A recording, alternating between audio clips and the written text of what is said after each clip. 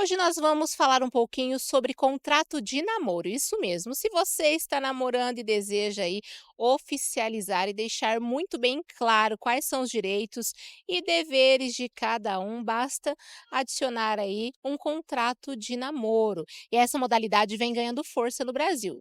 No ano passado foram registrados 144 contratos destes, um aumento aí de 35% em relação a 2022. E somente neste ano, até maio, já foram 44 contratos de namoro oficializados em todo o país. E sobre esse assunto, eu falei com a Crislaine Acosta, que é advogada da família e coordenadora da Comissão de Direito de Família da subseção de Três Lagoas. Confira. Doutora, explica para nós um pouquinho sobre esse contrato de namoro, o que é?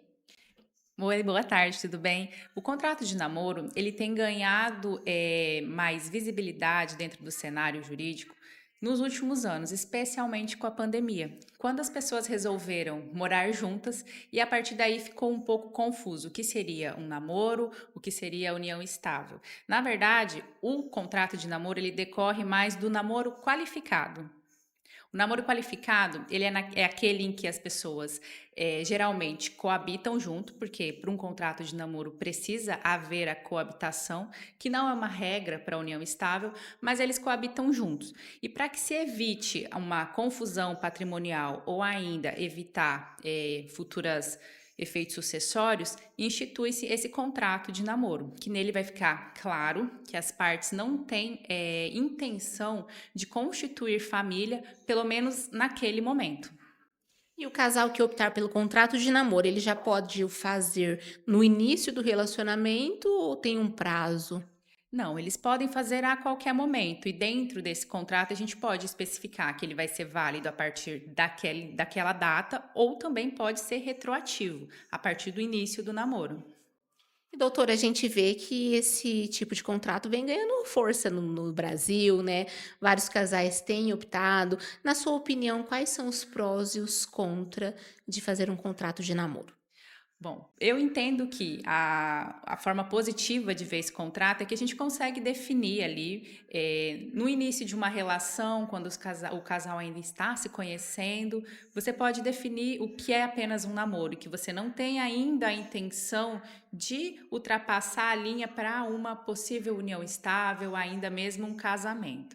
Só que como todo instituto jurídico, ele tem, né, o seu lado que deve ser tomado muito cuidado, que tem que ter muita cautela, porque é possível, né, fazer essa supressão desses direitos, especialmente da mulher, em relação ao patrimônio, em relação à sucessão. E doutora, existe hoje um perfil definido de casais que tem uma tendência maior a aderir a esse contrato? Eu costumo dividir em três classes. Aquela classe em que é um público mais maduro, que já passou por algum relacionamento, já tem filhos ou não, tem o patrimônio definido e querem apenas viver uma relação mais intensa, morar junto, ter a coabitação, mas não querem constituir união estável, não querem o casamento. Aí eles optam pelo contrato de namoro. Como também tem aquele público jovem que vem crescendo bastante, que é o público dos jogadores, influenciadores, que também tem seu patrimônio bem definido e que não querem, após o namoro, ter que dividir, ter que discutir patrimônio. E tem ainda também aqueles casais, ex-casais, que passaram por um divórcio litigioso que é bem dolorido, que envolveu conflito de patrimônio e que também não quer mais que nesse novo relacionamento se discuta essa questão patrimonial. E o casal que assinou o contrato de namoro pode evoluir para uma união estável, um casamento a qualquer momento? Sim, inclusive uma das cláusulas dentro do contrato de namoro é justamente essa: eleger a cláusula para que futuramente uma união estável vai ser regida pelo regime da divisão de bens. Entendi. E onde as pessoas fazem esse contrato, doutora? Tem que contratar um advogado? Olha, não necessariamente precisa contratar um advogado, mas é sempre bom ter um acompanhamento para você especificar, porque as cláusulas que se pode incluir nesse contrato, elas são imensas, invariáveis cláusulas, mas só que pode ser feito também no cartório de notas, por meio de uma escritura pública. E quais são as principais cláusulas, assim, encontradas nesses contratos? A gente pode colocar diversas cláusulas. Entre elas, as mais comuns é uma delas é que um não depende do outro, que existe a independência econômica entre os namorados, e ainda dá para incluir também cláusulas, por exemplo, no caso do rompimento do namoro, eu tinha Netflix, meu namorado tinha o Spotify. Não vai, a gente não tem assistência mútua. Ele vai ficar com a rede de streaming dele e eu com a minha, tendo que haver exclusão no momento do rompimento da relação. Mas ainda podem ser incluídas cláusulas, inclusive, como de não traição.